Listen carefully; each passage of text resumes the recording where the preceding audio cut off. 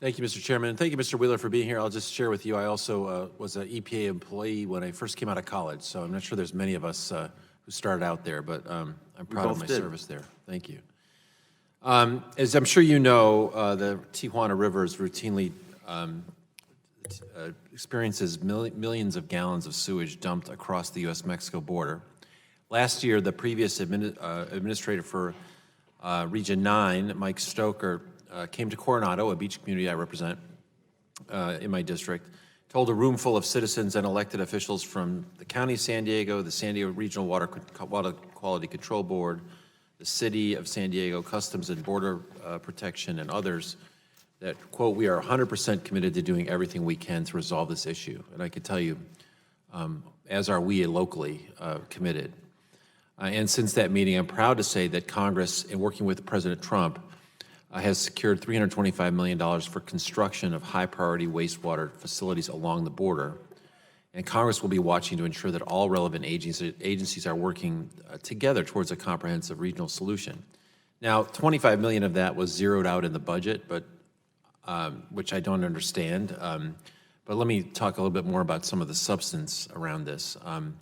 It's Congress's expectation that the EPA will lead and coordinate efforts to address the transboundary sewage flows in the Tijuana River Valley watershed. How does EPA view its role? We're taking the role very seriously. There's new money available to us through the USMCA.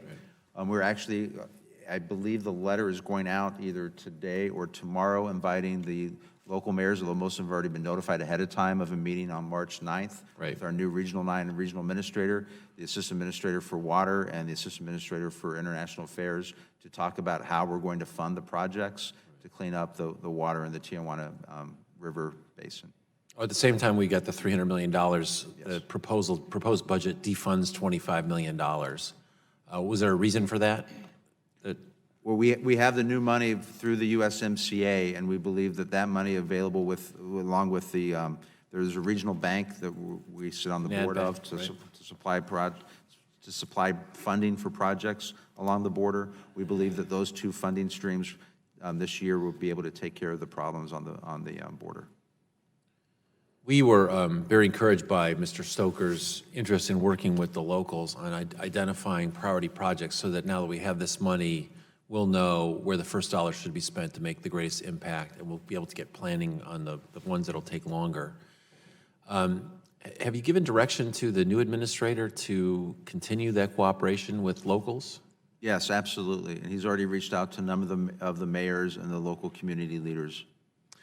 I know that on the job 2 weeks. I know that you would not talk about personnel matters, but I'll just let you know that one of the rumors going around about why Mr. Stoker was relieved is that he was speaking too highly of the locals or was too nice to the locals. We would hate to think that there was any truth to that. There's no truth to that at all. Great, okay. And can you tell me what conversations you've had with our new administrator? I think his name is John Busterud? Yes. Busterud, on this topic so far? When I interviewed him for this job, I told him that had to be one of the highest priorities as regional administrator, was to try to address this problem. Okay. Well, I can tell you it's our highest priority too, and obviously we worked very hard. We appreciate the cooperation of the administration.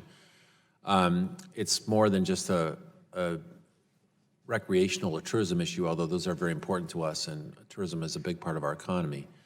It's also it's a national security issue in that the Navy can't train, the Navy SEALs can't train in water that's contaminated, and the Border Patrol can't patrol a border that's loaded with sewage. So I appreciate your committing to work with us, committing to the new administrator of Region 9 being as cooperative with locals as the previous one was, and look forward to continuing a partnership with you to solve this very important problem. I can't think of anything right now in the hemisphere that's probably as big a contamination issue as this multi-billion-dollar sewage issue that we have.